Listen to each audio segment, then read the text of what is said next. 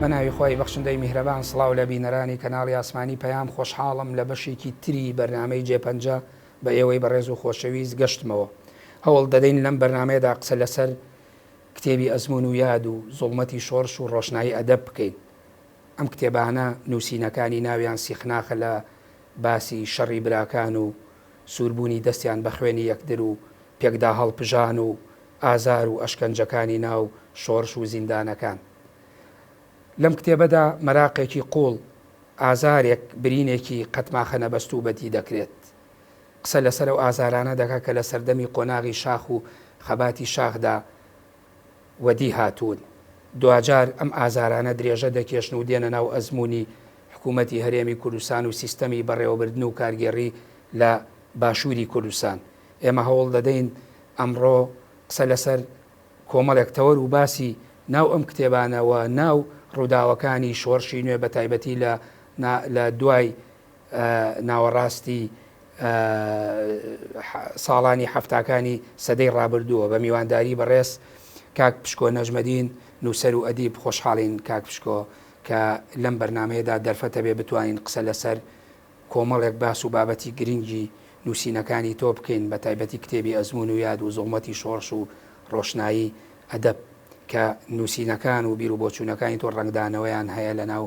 ئەم کتێبانتدا. زۆر سپاسانەکەم و بەخێر بێن. منیش هیوادارم بتوانین دیالۆگێکی بەسوود و چێژ بەخش لەسەر ئەو ڕووداوانەی کە من هەم لە ئەزمون و یاد و هەم لە کتێبی کۆتادا با بڵێم زوڵمەتی شۆرش و ڕۆشنایی ئەدەب قسە و باسم لێ کردوون. بەخێر باش سپاس دەکەم. بەر لەوەی بچمە ناو باسی کتێبەکان با دەواازەی بەرنمەکە لە کتێبی کۆتایی تۆ کە ساڵی 2021 چاپت کردووە. بۆچی زوڵمەت بۆ شۆرش و ڕۆشنایی بۆ ئەدەبە بۆ ئەمە ناونیشانی کتێبی نووسەرێک بێ کە خۆی وەکو خۆت باسی دەکەی زیاد لە 10 ساڵ تۆ لە ناو شۆرش و لە ناو ڕووداوەکانی باشووری کوردستان بووی بە تایبەتی لە دوای هەڵگیرسانەوەی شۆرشوینەوە؟ بەڵێ دیارە هەمیشە من پێم وا بێ کە ناونیشانی کتێب دەبێ بە جۆرە لە جۆرەکان نزیکایەتێکی لەگەڵ نێوەڕۆکی کتێبەکەدا هەبێت. و من ئەزمونێکی دوور و درێژم لە خەباتی چەکداری سیاسی خەڵکی کوردستاندا هەیە و من خۆم بەشدارێکی کارە و بزێ و بووم لەو بزوتنەوەیەدا. ئەو کاتانە کە ئێمە با بڵێم بەرەو شۆڕژ ڕۆشتوین و پەلاماری مەحاڵماندا و یاخی بووین بەرامبەر بە زوڵمی دەوڵەتی بەعس، ئەوە قۆناغێک بووە کە من گەنجێکی بزێ و با بڵێم بەجم و جوڵ و کەسێکی ئەگەر کەسێکی شۆڕژگێر بوو بمەیان با بڵێم حماسەتێکی شۆڕژگێڕیم هەبوو بێت، بەڵام دیسانەوە ئەزمونێکی سیاسی قوڵم نەبووە و تێنەگەیشتوم کە ئەلفوبای شۆڕش لەکوێدایە و شۆڕش چییە و شۆڕش بۆکوێ ئەڕۆم و مەفهومی شۆڕش و گۆڕانکاری چییە لە کۆمەڵگای ئێمەدا و لە کۆمەڵگەکانی ترشدا. بۆیە من پاش ئەو ئەزمونە پاش تەمەنێکی دوور و درێژ کە بەعقلی ئێستەوە بە هۆشیاری ئێستەوە بیر دەکەمەوە لەو ڕووداوانەی کە لای ئێمە ڕوویاندا یا ئەو دیاردەی بناوی شۆڕشی چەکداریەوە هەر لە کۆتە سەرەتای شەستەکانە و لە شەستویەکەوە هەتاکو با بڵێم ساڵی 92 بەردەوام بووە بە پچران و پاوس و بڵێن پشودانیشەوە. ئێمە تێدەگەین کە ئەم شۆڕشە ینی با بڵێم هەر مەفهومی شۆڕش بۆ خۆی کۆمەڵێک دەلالەتی جیاوازی هەیە، کۆمەڵێ با بڵێم تێگەیشتنی جیاوازی هەیە چ لە ئێمە چ لە تەواوی دنیادا. بەڵام من تێگەیشتم کە ئەم شۆڕشەی ئێمە جگە لە زوڵمەت و تاریکایی شتێکێکی بۆ میلەتی ئێمە نەهێناوە و بۆیە ئەو ناوام لێناوە. ئەی دەلاقەی ئەدەب چییە لە بەرامبەر زوڵمەتی شۆڕشا بەکاری هێنیت؟ من لەبەر ئەوەی با بڵێم لە سەرەتاوە پێش ئەوش تێکڵاوی شۆڕش و بزنەوەی چەکداری و سیاسی بم هەستم کردووە جۆرێک لە با بڵێم سیماکانی ئەدەب و ژانرەکانی ئەدەب لە ناخی مندا ئەژی. بەداخەوە بزوتنەوەی سیاسی و چەکداری سەختی کوردستان ئەوەی نەکوشت بەڵام خامۆشی کردبوو. دواتر من لە سیاست و بزوتنەوە خەباتی چەکداریەوە گواستمەوە بۆ نێو دنیای ئەدەب. لێوە تێگەشتم کە ئەدەب بە هەموو ژانریەکانیەوە ئەو ڕۆشناییەمان دەداتێک کە ئێمە بتوانین بە جۆرێک لە خەیاڵیشدا بێ ئەو واقعات تەڵخ و دزێ و پرزەبر و زەنگەی شۆڕش بکەین بە ڕۆشنایی و ئەوە مەفهومێکی با بڵێم قوڵتری هەیە ئەگەر دەکرێت ئینسان لە شوێنی دیکە باسی لێوە بکە کە کارکردی ئەدەب یا پەیوەندی ئەدەب و شۆڕش چییە و کارکردی ئەدەب لەسەر شۆڕش چییە ئەوەش بابەتێکی دیکەیە بەڵام من پێم وابوو کە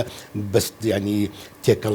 تێکەڵ پێچانی یا تێهەڵکێشکردنی ئەم دوو بابەتە پێکەوە دەکرێت ئەم ناونیشانە کۆیان کرد. بەڵێ ئەو زمانە شیعری و زمانە ڕۆمان ئامێزەی کە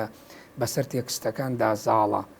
ئەمە پاکانە نییە بۆ ڕابردوویەکە وەکو خۆت ئەڵێ هەمیشە لە ئاگایی و نائاگاییدا لە ناخەوە دەچسووتێن و ئازارت دەدەن. نا من پێم وانیە بە جۆرێک با بڵێم پاکانەکردن بێت بەڵام زمان بۆ من خەمی سەرێکی منە لە نووسینە و من پێم هەمیشەش پێم وابێت کە ڕووداوێکی باش یان خراپ کە ئەکرێ ئێت ناو پرۆسی نووسینەوە دەکرێت بە تێکستێک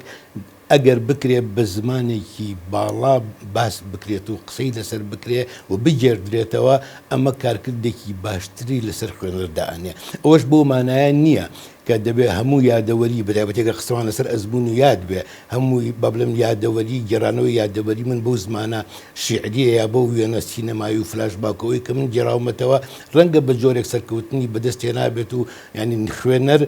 ڕابکێشێ بۆی بتوانێت سەردەمی بابەتەکان بخوێنێتەوە بەڵام ئەم زمانە یا زمانی باڵا بەگشتی لە بواری گێڕانەوە یادەوەریە مەرج نییە ببێتە پاسپۆرت بۆ ڕاستگۆیی ئەو یادەوەریە یعنی یادەوەری ئەکرێت بە زمانێکی زۆر سادە و ساکاریش بگێڕێتەوە بەڵام مەرجی سەرەکی بۆ سەرکەوتنی هەر یادەوەرنووسێک و گێڕانەوەی هەر یادەوەریەک ئەوەیە کە دەبێت جۆرێک لە بێلایەنی تیابێ و ڕاستگۆیی تیابێ و جەراعەتی تیابێ و بتوانێت ئەم ڕووداوانەی کە ئێمە بەرهەممان هێناوە بەشێکی ئێمە و بەشێکی بەعەس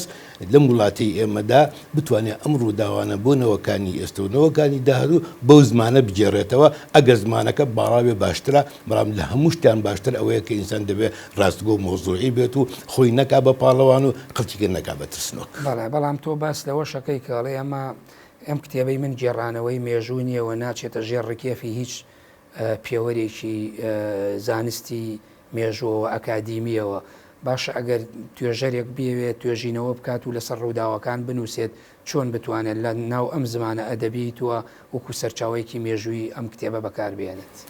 بەڵێ من ڕاستەکەی لە شوێنی دیکەش جەختم لەسەرەوە کردوێتەوە نەک یادەوەری نووسینی من بەڵکو هیچ یادەوەریەکی دیکە نابێت بە نووسینێکی نووسینەوەی مێژوو یاخود مێژوو نووسین جەنابەت دەزانی ینی مێژوو نووسین کارێکی زانستی ئەکادیمیە و کۆمەڵی خەسڵەتی تایبەتی خۆی هەیە بەڵام ئێمە دەتوانین ئەم کەرەسانە بخێنە بە دەستی مێژوو نووسەکان بەڵام مێژوو نووسەکان چۆن دەتوانن لەم کەرەستانە هەڵبهێنجن و مێژووی پێساق بکەنەوە ڕاستەکەی ئەوە کارێکی ئەجگار قورس و فەرهاد ئاسایەوە دەبێت باڵێن ئەگەر کەسێ مێژنووسێک بێ مێژووی هاوچەرخی میلەتی ئێمە بنووسێتەوە یانین لە شەستەکانەوە هەتاکو ئێستاکە دەبێت دەیان یادەوەری بێنێت و دای بنێت لە بەریەک و لە برێکیان ڕابنێت و بیان خوێنێتەوە و شەنوکەویان بکە اینجا ئەو کاتە بەپێی تەحلیل و بۆچوون و تێگەشتنی خۆی دەتوانێت تێکستێکی ساغمان بۆ بخڵقێنێ ئەگینە ئەمە ئاسان نییە ڕاستەکەی بەڵام من پێم وابێ ئەگەر مێژوو نووسێک هیچ نەبێت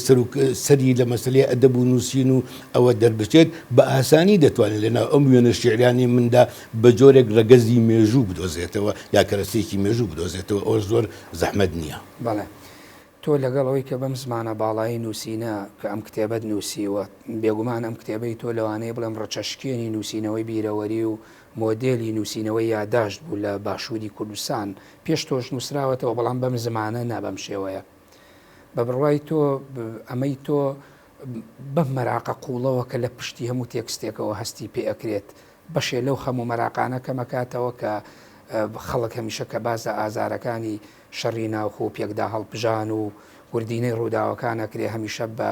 شێوەیەکی نێگەتیف یعنی باسی ئەو مێژووی کوردەکە ئەمانەی تۆ بێتە هۆی شاردنەوەی ئەوانە. پێم وان نییە بەگشتی بتوانرێ ئەو خەم و ئازارانە لە پرۆسی خوێندنەوەدا کۆتایی پێ بهێنرێت بەڵام ئەو زمانی کە من پێم نووسیوە ڕەنگە بتوانێت بۆ ساتە وەختی خوێندنەوە بە جۆرێک چێژ بە خوێنەر ببەخشێ کە بتوانێت بۆ فترەیەکی کاتی ئەو ئازارانی بیر بچێتەوە ئەجینا با بڵم ئەم ئازارانەیە ئەم خەمانەی کە ئێمە هەڵمانگرتووە لە دەرونی ئێمەدا هەیە دیارەوە خەمی بەتەنها من نییە خەمی نەوەیەکە کە هاوتەمەنی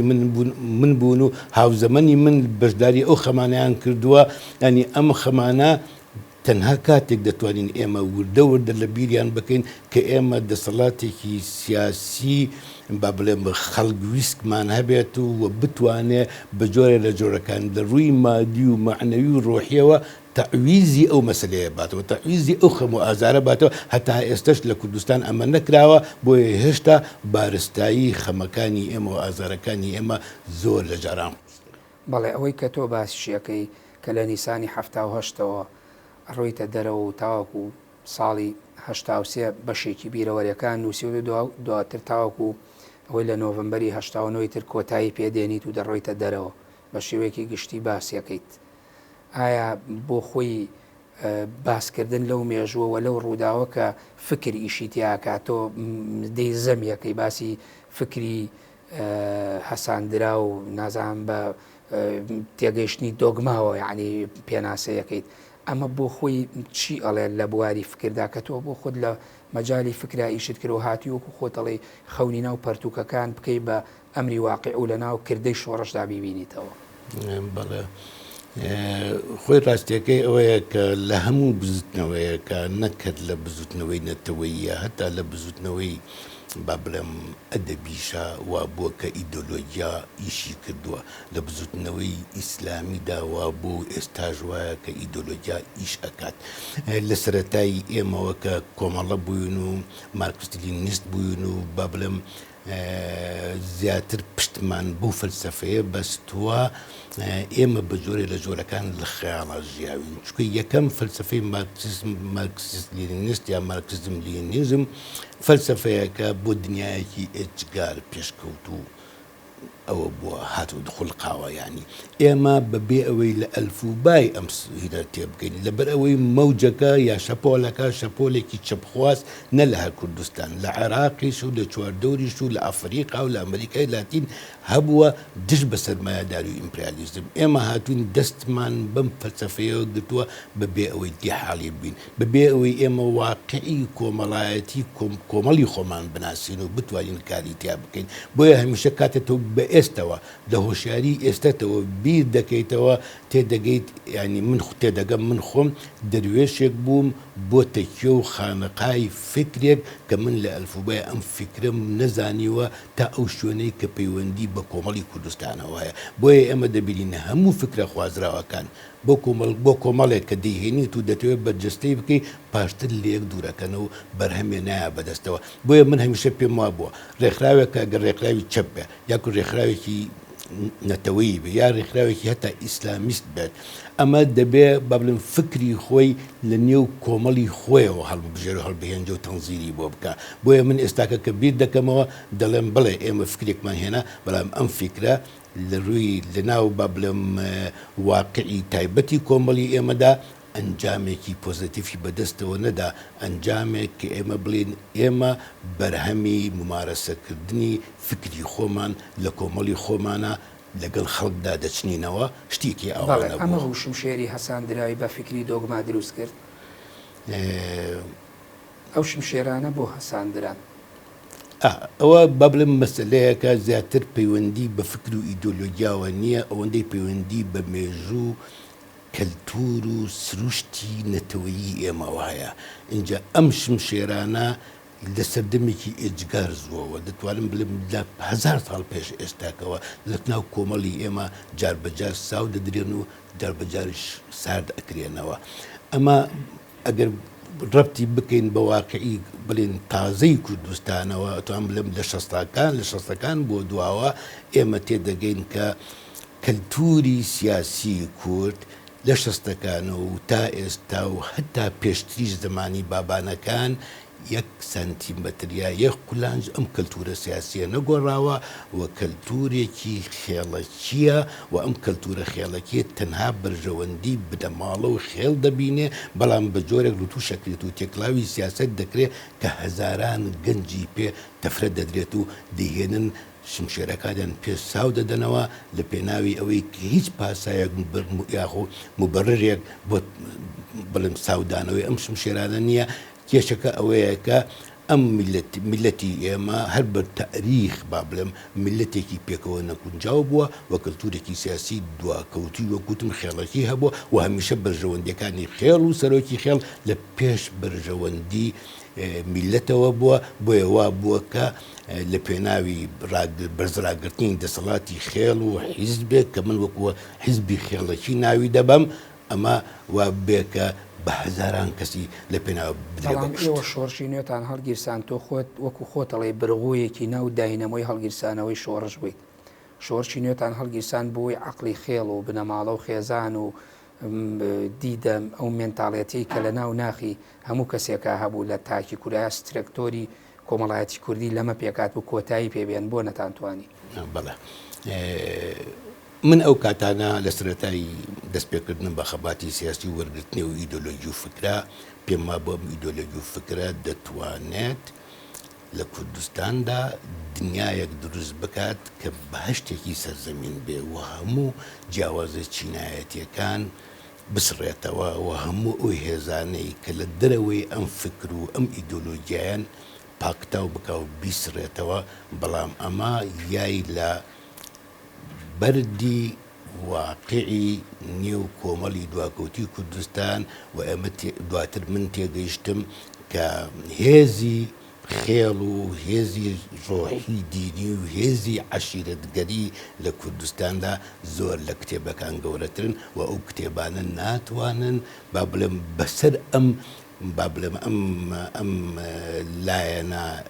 کە بڕێی من نگێتیڤ بووە و ئێستا پێم وابێ نگێتیڤە ئەمە پاکتاو بکات ئەمە پێویستی ئێستا من کە بە عەقڵی ئێستەوە بیرەکەمەوە دەڵێم گۆڕانکاری شوێنەیی و لەسەر خۆی کۆمەڵایەتی و ئابووری و کەلتوری و سیاسی دەتوانێت ئەم مەسەلەیە جێبەجێ بکە نەک بە زۆر و زەبن و بەلولەی تفەنگ و بەهێز و بۆ هەڵکردنی ئاڵایەکی سوورە و کە با بڵێم ئەستێرەیەکی پێنج گۆشەی تیابێ ئەمە جۆرێک لە خەیاڵ بوو واقع ئەم خەیاڵی ڕەواندەوە. باش ئەو لەحزەیە کە تۆ باسیەکەی لە کتێبەکەتا کە لە بنی گابەردێگا عەلی شامار هەموو ئەو خەونانەی تۆ لەناو پەرتووکەکان تا هەبوو لەسەر پارتی پێشڕە و شۆڕشی سوور و گەیشتن بە قۆناغێکی جیاوازی پڕگۆڕانکاری بە بەراورد لەگەڵ ڕابردووە ئیتر ئەو لەحزەیەڵی هەچی خەونەکانی منە هەمووی بەتاڵ کرد لە ماوەی سەعاتێکدا بۆ لەو کاتەوە یعنی ئێوە بیرتان نەکردەوە ئەم بیرکردنەوەی توی معنەویش بۆ ئەوانی تر نەگوازرایەوە. بڵێ ئەزانی ئەمە با بڵێم پرۆسەیەکی سیاسی فکری بووە کە لە کوردستانە جێکەوتووە بە جوودی من یا کەسێکی کە نەئەتوانرا گۆڕانکاری پێ بکرێت یعنی ئێمە دیارە من بۆ خۆم ئەو کاتەش ینی پێم وابوو کە دەکرێت دەبێ هەوڵ بدەی نابێت کۆڵ بدەی نابێت تەسلیم بیتەوە نابێ واز بهێنی و تۆ کەسێکی هاتووی بۆ ئەوەی خەبات بکەی لە پێناوی ئەوە کە ئەم شتانە چارەسەر بکەیت بۆیە ئێمە هەولێکیشماندا مەسەلا ئەگەر تاوە شوێنێکە پەیوەندی بە کۆمەڵەوە ئاڵای شۆڕش و ئەو شتانەوە هەبێ ئێمە پێمانوە بوو کە لە کوردستان و لە بزوتنەوەی چەکداری و کوردیا دەبێ فەزایەکی دیموکراسی ئازاد هەبێ کە تۆ بتوانی بە شێوەیە لە شێوەکان هەم ڕەئی خۆت بڵێ هەم تەسیل لە ڕێی خەڵک بکەی هەم بتوانانی جەماوەر هۆشیار بکەیتەوە بەڵام ئەوەش تێگەشتین پاشتر ینی من خۆم تێگەشتم کە ئەوەش ئیمکانی نەبووە لەو شاخوداخە ئەم مەسەلەیە جێبەجێ بکەی و ئەو با بڵێم تەرەفەیە ئەو ئیتیجاه و لایەنەی کە با بڵێم کۆمەڵی دواکەوتووی کوردی تەسکیە کردووە و با بڵێم ئەوەی متمانەی پێداوە ئەوە دەتوانێت هەموو شتێک بکات. ئەمە بوو وای کرد ئەکرێ بڵێن ئەمە بوو ئەو عەقڵەتی دروست کرد کە شەڕی براکان دروست بێت و براکان دەستیان سوور بێ بە خوێنیەک لە قۆناغێکدا کە گەورەترین دژمنیان حیزبی بەعز بوو هەموو خەباتیان بۆ ئەوە کرد بەڵام هاتبوون وزە ناوەکیەکانیان لە خۆیانان سەرفەکرد لە بری ئەو لە بەرامبەر حیزبی بەعسا سەرفیکەن بەڵام من ناوبڕێ وەرەگرم دوای ناوبڕەکەم وەڵامی پرسیارەکەم بەرەوە بینەرانی بەڕێز و خۆشەویست ناوبڕێکی کورد وەردەگرم و دەگەڕێمەوە لاتە.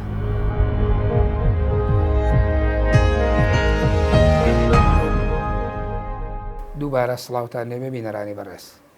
کاک پشکۆ بەر لە ناوبڕەکە پرسیاری ئەوم کرد ئەو جۆرە عەقلیەتە بوو کە لە شۆڕشی نوێشدا نەتوانرا گۆڕانکاری دروست بکات بەو هەموو خەون و خەیاڵەوە کە ئێوەش ڕۆشتن بەرەو ڕووی خۆتان تێدا ماندوو کرد ئەنجامەکەی شەڕی براکانی لێکەوتەوە. بەڵێ بە دڵنیاییەوە من ئەتوانم بڵێم کە دەمێکیشەوەم گوتووە ئەنی شۆڕشی کۆن و شۆڕشی نوێ شۆڕشی ئەیلول و شۆڕشی پاش نسکۆ هەرسی ئەیلول کە لە 76 دەست پێکات ئەمە ینی کۆمەڵێک پرەنسیپ و ئەمرازی جیاوازیان هەبوو بەڵام لە ڕووی ئەقلیەتەوە هەمان ئەقلیەت بوون کە ئەمە ئەقلیەتە ممارەسەی کار و کردەوەکان جێبەجێەکە لە پانتای بزوتنەوەیەکی سیاسی چەکداریە و ئەم ئەقلیەتە من پشتیش لە قسەکانم باسی ئەوەم کرد کە ئەنی ئەمە ئەقلیەتێکە ینی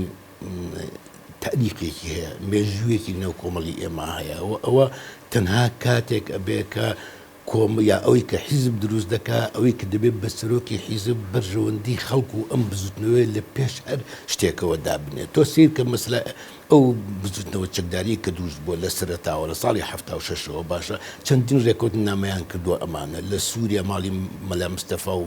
ماڵی بڵێن یا یەکێک نیشتیمانی کوردستان و ڕەحمەتی جەلال تاڵەبانی یعنی ئەم ڕێکەوتنانە لەگەڵ ئیدریس بەرزانی کراوە لەگەڵ مەسعود بەرزانی کراوە مەسەلا بڕیار درراوە پێکەوە شۆڕش بکەن کەچی هەر لە سەرەتاوە هەر لە 76ەوە لەگەڵ با بڵێم کەوتنە شاخی مەفرەزە چەکدارەکان ینی پێدادانی خوێناوی دەبێت دەڵێ سیاسیەکانی کورد دەتوانن بە خێرایی دەنگ و ڕەنگی خۆیان بگۆڕن بەڵام عەقڵێتیان ناگۆڕێت دوو خاڵی زۆر گرنگ باسی من ئەوەت بیردێنمەوە کە خۆت باست کرد هەڵی کاتێک شۆڕشی نوێ دروستە بێ مام جەلال نامە ئەنێرێ بۆ خوالێ خۆش و مەلا مستەفا و داوای هاوکاری لێکا کە پێکەوە بن و بۆی بە هەمویان بتوانن نەواتێکی شۆڕشێکی نوێ دروستکەن و دژی حیزبی بەعەس بن و خاڵی دووەمیش کە باسیەکەی دەڵێ لە ساڵی 1976 لە شام سەرکردایەتی نوێ یەکێتی نیشتیمانی کوردستان کۆبوونەوە لەگەڵ خوالێ خۆش و ئیدریس بارزانی ئاکات ناوی ڕێکەوتنی شامە بەڵام پرسیارە خەیتە سەرەما ئەڵێ ئەم دوو شتە ئیشیان پێ نەکرا و باس نەکران هەر ئەکرێ بڵێن یعنی بۆ خۆی ئەمە مەبەستێکی تیا بوو هەر یا دێنەوە سەر قسەکەی تۆ کە یعنی عەقڵێتەکان ئەمە هۆکاری و کە عەقڵێتەکان گۆڕانکاریان تیا دروست نابێت بەڵێ هەمووی ئەوانەی جنەبەت باسیەکەی ڕاستە و ڕویان داوە ئەو ڕێکەوتنانە و پرس و ڕاوێژ پێ بێکردنە لەسەر بەرپاکردنەوەی بزوتنەوەی چەکداری لە کوردستاندا بەڵام ئەوەی کە منیش باسم کرد یعنی هەمیشە بە تاریخی با بڵێم ڕێکەوتنەکانی نێوان لایەنە سیاسیەکانی کورد هەر لە شەستەکانەوە بیگرەوە هەتا ئێستش با بڵێم ڕێککەوتنێکی تاکتیکی بوون و استراتیژی نەبووە ینی هەر کەسێک هەولی داوە باشە ئەم ڕێکەوتنە بە قازانجی خۆی و حیزبەکەی خۆی و سەرۆکەی خۆی کۆتایی پێبێت ینی بۆیە ئەگەر هەندێک جار لەسەر لایەنێک ترسێک دروست بووە کە دەڕووی مەساعیدی جەواوەری و ئەوە ئەو ڕێکەوتن نامەیە یا ئەو ڕێکەوتنانە ئەکات قازانجی بۆ لایەنەکەی بەرامبەری هەبێ یەکسەر چەکەکەی دەرهێناوە و پەلاماری چێکی دا و شمشێرەکانیان بەس کردوێتەوە بۆیە ئەم ئەقلیەتە ئەقلیەتێکەوە کووتم کە پەیوەندی بە کەلتوری سیاسی ئێمە هەیە و پێکەوە هەڵنەکردن دیاردەیەکی زۆر زەق و ئاشکرەیە لە مێژووی سیاسی ئێمە بەداخەوە ئەگنا تۆ سیر کە مەسەلە لە کوردستانە جاری وا بۆ لەسەر گردێک لەسەر شاخێک لەسەر گومرگێک مەسەلا دەیان کەس دراوە بە کوشت لەسەر ئەوەی کە تۆ حکمی شارباژێر بکەی یاخۆ بادینان بکەی تۆ سیر کە مەسەلە دروستبوونەوەی ئەو بزوتنەوە چەکداریەوە ینی هەر لە سەرەتاوە یعنی پارتی دیموکراتی کوردستان و قیادەی مۆقەدیا سەرکردایەتی کاتی ئەو کاتە بە جۆرێک کۆنتترۆلی ناوچەی بادینانی کرد نەیهێشت یەک مەفرەزەی یەکێتی نیشتمانی کوردستان بچێتە ئەو منتیقێ لە کاتێکە ئەمان ڕێکەوتن بۆ ئەوەی بزوتنەوەیەکی سیاسی چەکداری یا شۆڕشی نوێ دروست بکەنەوە و بتوان دژی ئەو زوڵم و ستەمەی بەعەز بوەستنەوە کە بەرامبەر بە خەڵکی کورد ئەیکات جا تۆ سیر کە ئەلێراوت ئەو پاوانکردنی جوگرافیای دەسەڵاتی چەکداری لە کاتێکە کە تۆ خۆت هیچ نیت و لە کاتێکە میلەتەکەت لە بەردەمی مەترسی ناوچوونایە تۆ دەی مەسلا دەیان کەس لە یەکتر ئەکوژی پشکۆ خۆ بۆ یەکێتی نیشتیمانی کوردستانیش ڕاستە بە تایبەتی لە شارباژی هەروایە بڵێ منش پێ دەڵێم یەکێتی نیشتیمانی کوردستانیش کاتێک کە ئەو نایەڵێت یەکێتی نیشتیمانی پێ بخاتە بادێن ئەمیش ناهێڵێت یەک مەفرەزەی ئەمان بێتە ناو منتیقی سۆران دانەوە ینی ئەمە یەکێکە لەو کارەسات و نەکبەتیانەی کە پێ بێ سەرکردایەتی هەردوو لە یا ئەو ئەقلیەتی کە ئەو مەرەسانەی بزواندووە لێی مەسئولن بە حەقیقەت بەڵام ئەگەر ئێمە بەرژەوەندی میلەتی خۆمەمان بیست باە زۆر باشە بادینان هەیە تۆ هێزێکی سەرەکیت من هێزێکی لاوەکیم سۆران هەیە من هێزێکی سەرەکیم تۆ هێزێکی لاوەکیت و تۆ ئەتوانی یەک بگری یەک ئامانجی هەبێ بەڵام ئەمە هیچی دەبووە و من پێما بێ ئەمە با بڵێم ینی باگروندێکی مێژووی هەیە ینی ئەم سراعی بینی جەلالی و مەلایی تۆ باشە ئێمە یەکێت نیشتمانی کوردستان بوون کۆمەڵی تیا بۆ ئەوە بۆ بەڵام ئەسلی مۆزوعەکە ئەوەیەکە ئەوان پیان وا بۆ نەخێر ئەمە هەر ئەم دوو تەرەفەیە کە لە شەستەکانە سراعیان کردووە و ئێستا بە جۆرێکی کە و لە شوێنێکی دیکە و بە فکرێکی دیکە و بە بەرنامەیەکی دیکەوە سەرا دەکەن ینی بە کورتیەکەی کە یەکێت نیشتمانی کوردستان و کۆمەڵ یەکێت نیشتمانی کوردستان دروست بوون ماڵی مەلا مستەفەیە پارتی دیموکراتی کوردستان ڕێک پێی وا بۆ ئەمە ئەڵتەرناتیف و بەدیلی ئەوانە و بۆ سەرکوتکردنی ئەوان دروست بوون باشە لەبەرەوە هەرچی ئەکا نایەوە ئەم هێزە ئەوە بکات و یەکێت نیشتمانی کوردستانیش خۆ من لەو کتێبەش باسم کردووە ینی بە جۆرە لە جۆرەکان ئەمەش باڵم ڕەحمەتی مام جەلال کە یەکێک نیشتمانی کوردستانی دروست کردووە ڕاستە با بڵێم بزوتنەوەی کورد لە ڕووی چەکداریەوە هەرسی هێناوە بەڵام بۆ خۆشی خەونێکی هەیە کە لە ساڵی هەفتاکانە ئەم شکستێکی سیاسی خواردووە دەوێت ئەو خەونە بکاتەوە بە واقعەوە ڕاستی بکاتەوە ینی یەکێ لە کێشەکانی بزوتنەوەی سیاسی کورد ئەوەیە کە کۆمەڵێک جەمسەر و کۆمەڵێک با بڵێم کۆمەڵێک جەمسەر و کۆمەڵێک بیرکردنەوە و کۆمەڵێک ئیدۆلۆژیای دژبەیەکی تایە هەمووی چواردەورەکەی ینی هەمووی لە چواردەوری مەسەلەی دەسەڵاتی سیاسی خۆی ئەسوڕێتەوە ئەجنات دەکرا ئەمەوانە بواە و لە زۆر شوێنی دیکەش دنیاش بووە ینی با بڵێم کە جەپە هەبوو بەڵام پاشتیش دارە ئەو جەپە و ڕێککەوتن لە پاش سەرکەوتن ڕەنگە بە دوند و تیشی و بە زەبر یەک لاکرابێتەوە ئەمە نمونونەکان لە زۆر شوێنی دنیا هەیە بۆ هەفتا گەڕایەوە بەڵام هەر پێشی هەفتاش پێدوانیە بۆ خۆی دروستبوونی یەکێتیش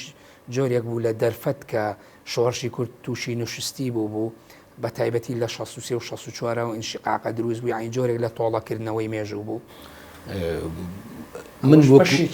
من بەشێکی ئەوەیە تۆ ئەزانی ئینسانەکان ئینسانن کەسێکی بە بڵم سەرۆکێکی سیاسی یا سەرۆکێکی دەسەڵاتدار لە کوردستانە کە خەونی هەیە کە ئێحساسی هەیە کە ئەوەی هەیە لانی بەتەنیشتی ئەوەی کە چ دەکا بۆ قەزەیەکی دیاری کراو بەتەنیشتی ئەوەیشەوە ئەوە ئەکات کە بە جۆرە لە جۆرەکان ینی شتی شخصی خۆی یا با بڵێم تەسفێکردنی حساباتی فکری و ئایدۆلۆژی و سیاسی و چەکداری جێبەجێ بکە ڕاستەکەی من لەگەڵ قسەکەی تۆ بەشێکی ئەوەیە ینی تۆ دەزانی حرەکەی کوردی بەگشتی ینی بەگشتی بە تاریخی خۆی نازم لە ڕووی مۆزوعیەوە حەقانەتێکی هەیە باشە خەڵکی میلەتی کورد ملەتێکی ستەبدیدە و زوڵم لێکراوە بەڵام تۆ سێرگە هەتا ئەمە وایە هەتا ئەو کاتی بزوتنەوەی چەکداری دروستە بێت کە بزوتنەوەی چەکداری دروستە بێت جگەل لەو بەسلەی ئینشقاقی بینی خێڵێکی یا دوو پارچەیە سیاسی کە لە کوردستانە جێبەجێ بووە بانی بزوتنەوەی کورد لە 61ەوە هەتاکو ڕاپەڕین و هەتا ئێستاش بە جۆرە لە جۆرەکان کارتێکە بدەست وڵاتانی دژمنی کوردەوە کە یاری پێەکەن تۆ ئەگەر با بڵم من لەم ڕۆژانە ئەو بەرگی پێنجەمی یادداشتەکانی کاکە حەمەی حاجی مەحموود دەخوێنمەوە ینی کە ئەوە یادداشتێکن بە ڕۆژ و بە سەعات و هەرچی ڕوویاوە لە ناو کوردستان بەتابەتی پاش ڕاپەڕین باسی کردووە اینجا تو ئەمە ببینە بزانە تورکەکان و با بڵێم ئێرانیەکان چۆن دەور دەبین و چۆن یاری بەم حیزبە سیاسیانەی کوردستان نەکەن بەڵام لە زەوینەیەکە ئەگەر خۆی ئەمە نەبێ کەسێک ناتوانێ یاری بە تۆ بکات بەڵام کاک پشکە وەرە یعنی ئەم قسانەی بەڕێزە دەیکەیەوە بەشێکی تریش لەوانەی بیرەوەریەکانە نووسنەوە یعنی تازە وەقت بە خەسار چوو وەقت زایع بووە کاتێکی درەنگە یعنی بۆ نەتانتوانی زوو بربەم شەپۆلە بگرن ئێوە بە تایبەتی ئێوە کە خەڵکانێک بوون لە ناو شۆڕشی نوێ و لە زۆر وێزگا ڕۆڵتان بینیوە کاگەرم شتێکەیە کە هیچ کەس ناتوانێت بەری پێ بگرێت ینی کە تۆ بزوتنەوەی چەکداری دروست کرد لابددا پێکدادان ئەبێ دووکردبوون ئەبێ ئینشقاق ئەبێ زوڵم و ستەم ئەبێ ینی ئەسلی مۆزوعەکە ئەوەیە کە تۆ شتێک دروست کردو ئەمە پێداویستەکانێتی لە وڵاتی ئێمە بۆیە تۆ ناتوانانی بەری پێ بگری دواشە ئەو دێتۆ دەکوژێتۆ دەچی ئەو دەکوشتی ینی با بڵم ینی ئەمە مەسلەیەکی هەروە ئاسانێت تۆ بتوانانی بەری پێ بگری بەداخەوە ینی من پێم وابێ ینی بۆیە ئێستا من هەندێک جار کە لە ئێستەوە سێری ئەو مێژووە ئەەکەم دەڵێم ڕەنگە کەم کەس ئەم قسەیە بتوانێت بسەلمێنێ یان کەم کەس بتوانێت پێی وابێ کە ئەمە حقیقەتێکی هەیە ئەنی من پێم وابێ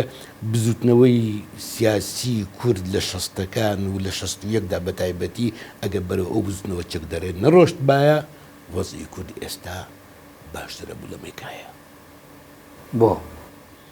من پێم وابێ بزوتنەوەی چەکداری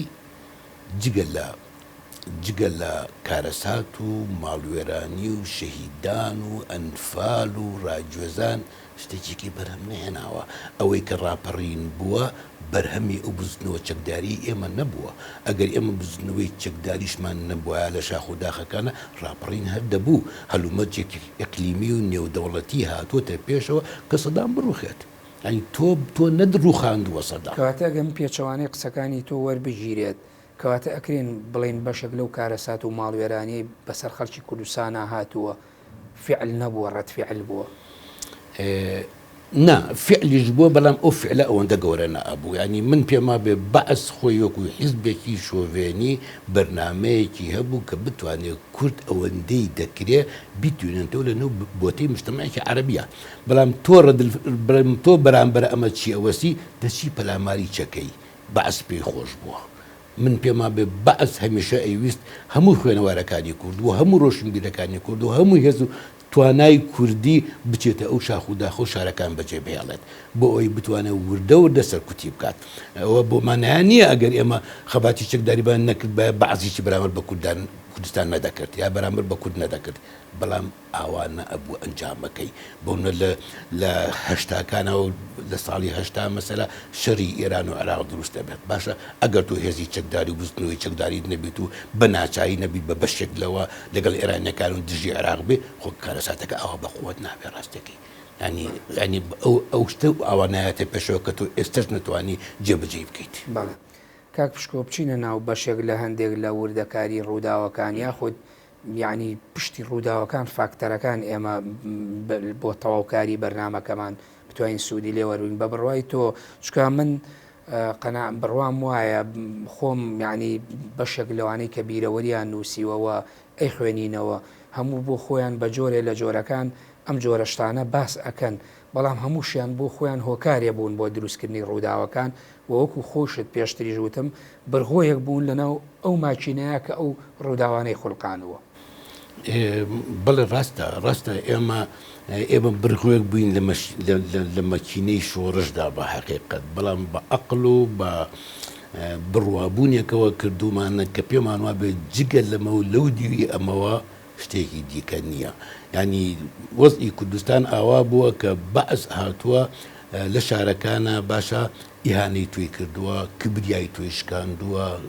بەسەر شتێکی زۆر بچووک ئازادی لێزەوت کردی تۆ پەنا ئەبەی بۆ شاخ خۆ قسەکە لەسەر ئەوە نییە کە من پێم وابێ ئێستا پەشیمان لۆ هەموو خەبات و تێکۆشانی کە کردبووە لە شاخ نا پەشیمان نیم بەڵام کە بە عەقڵی ئێستەوە کۆ ئێمە کە مێژوو دەخوێنینەوە یاخود هەوڵێن شتێک کەرەسەیەک بۆ مێژوو دابین بکەین تەنها لە بەرژەوەندی ئەم بزوتنەوە سیاسی و بۆ پاشە ڕۆژی بزنەوەکەی نەک بۆ ئیستا تازاوە ڕۆشتووە بەڵام خوێندنەوەی ئێمە بۆ ئەمنەوەی و نەوەکانی دیکەی دواتر گرنگە کە ئەوەی ئێمە کردمان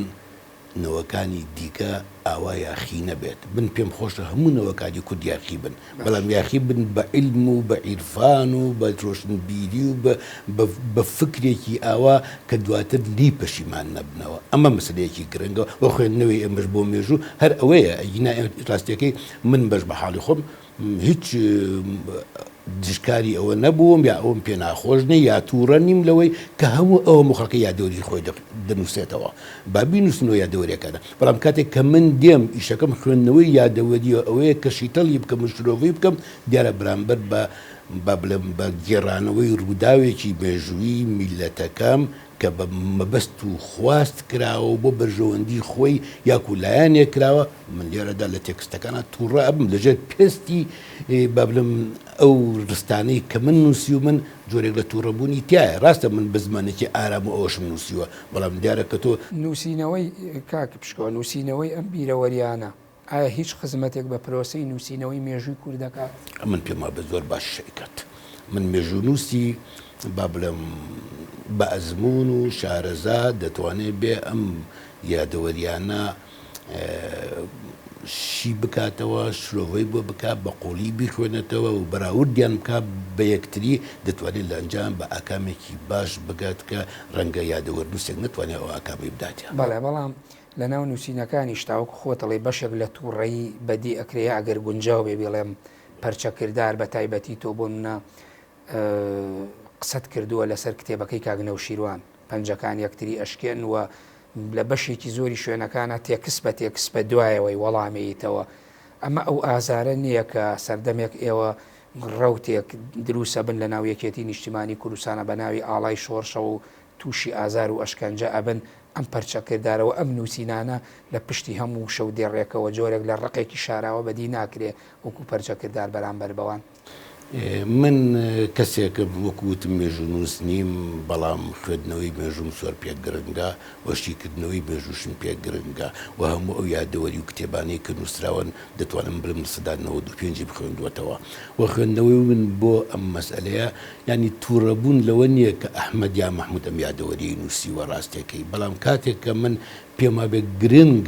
گرنگە ئەم ئەزمونانە بە قوڵی بخوێنرێتەوە و کاتێک کە تۆ دی باسی مەسئلەیەکی مێژووی دەکەی بڵین کاگنەژوە مستەفا نییە جەنابتی ینی شارەزایەکە تێت لە تاریخی کوردستان و عێراقا کاتێک کە دەی شتەکان ئاوا دەخوێنیتەوە کە زۆر سادەییان پێوە دیارە باشە تۆ پێدوا بێ ئەمە ینی حرەکەی کوردی مەسەلا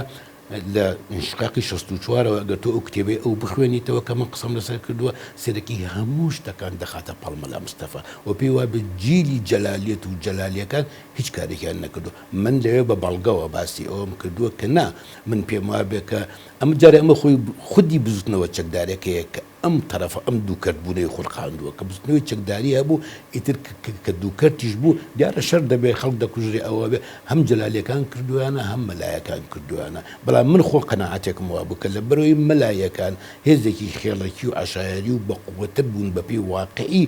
با بڵێم مجتەمەعی کۆمەڵی ئەو کاتی کوردستان هێزیان زیاتر بووە و تۆ بەرم ڕۆشن بیرەکان و خوێندەوارەکان ئەوی لە دەوروبەری باڵی مەکتەبی سیاسی و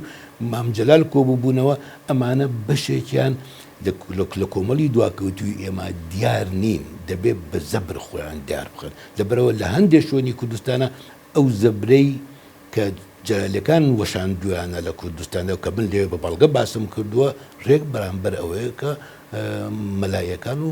سەرکردایەتی مەلا مستەفا کردوێتی لە کوردستانە ینی بۆیە کە ئەو ئاوا دەیخوێنێتەوە من ناچارم بڵێم نا کاکە ستۆپ بۆستە ینی با بڵێم شیکردنەوەی مێژوو ئاوا نابێت من دەزانم تۆ پیاوێکی خوێندەواری ڕۆشنبیری ڕۆژنامەنووسێکی باش بووی سەرکردەیەکی دیار بووی بەڵام هەموو شتێک کە تۆ لەو منتەلەقەوە بیکەی کە دیارە بۆ قازانجی با بڵێم حیزبەکەی خۆت بێت ئەمە مێژوو قبولی ناکات مێژوو ئەو کاتە ئەمە قبولەکاتەوە بە مۆزوعیانە و بێلایەنانە بێ ڕووداوێکی مێژووی بخوێنیتەوە پرۆسەیەکی چەکداری و سیاسی بخوێنیتەوە بەڵام هەر لانی کەم تۆ 2 ساڵ و نیو لە ناو زیندانەکانی شۆڕشایت هەر لە یاخسەمەرەوە تاوەکو هەڵەدن و تاوەکو بەرگەڵ و تاوەکو گاپیڵۆن و ئەو زیندانانە بەشێکی زۆریت بینی و ئازارێکی زۆری تەیە بازە دەست بەستن و قاچ بەستن و چاو بەستن و یانی سەرما و شەختە و تا بەیانی هەڵەرزینەکەی لە ناو زیندانەکانە پێم وابێ لە زۆر شوێنە حزوری ئەوەی هەیە نووسینەکانت تێدا بەدی ئەکرێکە ئەو ئازارانە هێشتا پێوەت لیتەوە بە دڵنیاییەوە من ئەو ئازارانی کە لەوێ باسم کردووە ڕەنگە زیاتریش بوو بێت و من پاش دەرباز بوونم لە زیندان و گەشتم بە ئەوروپا لانی کەم 4 ساڵ تا 5 ساڵ با بڵێم چارەسەری دەرونیم پێویست بووە بۆی بمەوە بە کەسێکی ئاسایی و من کاتێکی کە تاکو نەبوومەوە بە کەسێکی ئاسایی دەستم بۆ نووسین نەبردووە بۆەوەی بتوانم کەمترین ئازار و ئەشکەنجە وام لێ بکات تند و تیژ بم بەرامبەر بۆ کەسانی کە جەلادی من بوون ینی ئەگەر تۆ کەسێک بە وردی بیخوێنێتەوە مەسەلا من کەسێکی تێدایە کە زۆر ئازاریدا و بەڵام من بە زمانێکی زۆر بەرزەوە باسی یەکەم ینی هەرگیز وام لێ نەکردوون کە لە ئەنجامی ئەو هەڵس و کەوتانەی ئەوان لەگەڵ من بمەوێت تۆڵیان لێ بکەمەوە و بە پێچەوانەوە بە زمانێکی زۆر هەیە من و سادە قسەم لەگەڵ کردوون بەڵام واشم لێ کردوون کە ئەوە خەڵک بێ بەزەیی بەوان نابێتەوە کە نەک من با بڵێم بتوانم خوانە خواسە سوکای توشتیان باش کاک پشکۆ من ئەم بەشەی بەرنامەکەم تەواوە بێ بەر لەوەی بێمە سەر حیکایەتەکانی دروستبوونی ئاڵای شۆڕش و ناو زیندان و دوجار بەجێهێشتنی کوردستان لەلایەن تۆ اینجا دروستبوونی ئەزمموی حکوومەتتی هەرێم و تا ئەندازێ قۆناغی ئێستا و عقلێتە درێژکراوەی ڕابردوو کە ئێستاش حزوریە ئەگە شتێکت مابێت لەسەر کۆی ئەم تەوەرانە بۆ بینەران دو قسەی خۆت بکەی من دوجار لە بەشی دووەمی بەرنامەکە باسدەوە. سپاس دەکەم ڕەنگە مشتێکی زۆر تایبەتیم نەبێت تەنها ئەوەندە هەیە کە بە خوێنەری ئازیزی ئێوە ئەڵێم لێم ببورن ئەگەر بن نەمتوانی بێ زۆر بە با بڵێم ڕوونتر و سادەتر و بڵێم بە هەمەلایەنتر ئەو بابەتانەی کە دەکرێت باسی بکەم باسییان بکەم و هیوادارم کەسێک دەربێوێ بە سەرپاشی دووەمیش هەر ئاواشە بەڵام دیسانەوە من هەمیشە گوتومە وستمە ئینسان کە ئەزمونێکی هەبێت 10 ساڵ بە شاخەکانی کوردستانەوە هەبێ ئەم 10 ساڵە بە شەو و ڕۆژ و سەعات و سانیەکانیەوە تۆ ناتوانین لە دە کتێبیشە باسی بکەیت جاوەرە لە بەرنمەیەکی تەلەڤیزیۆنی ساعتی یان 2 ساعتە بتوانێت ئەو کارە بکەیت بەڵام لەبەرەوە من پێم باشەکە خوێنەری من ئەوەی کە پێی خۆشە مەسەلا دەتوانێت بگڕێتەوە بۆ سەرچاوە سەرەکیەکان کە ئەزمون و یاد و کتێبانی دیکەن کە باسی ئەو ڕووداوانە. بەڵێ سپاس بۆ پشکۆ نەژمەدی نووسەر کە لەم بەشی بەرنامەکەمان ئامادەبووی سپاس دەکەم. سپاسی ماندووبوونی ئەوەشەکەم. بەڵێ بینەرانی بەڕێز و خۆشەویست بەم شێوەیە هاتمە کۆتایی بەشی یەکەمی بەرنامەی جێپەنجە لەگەڵ پشکۆ نەژمەدین تا بەشی دووەم بەخوای گەورە و میهرەبانتان دەسپێرم کاتێکی خۆش بۆ هەموویان.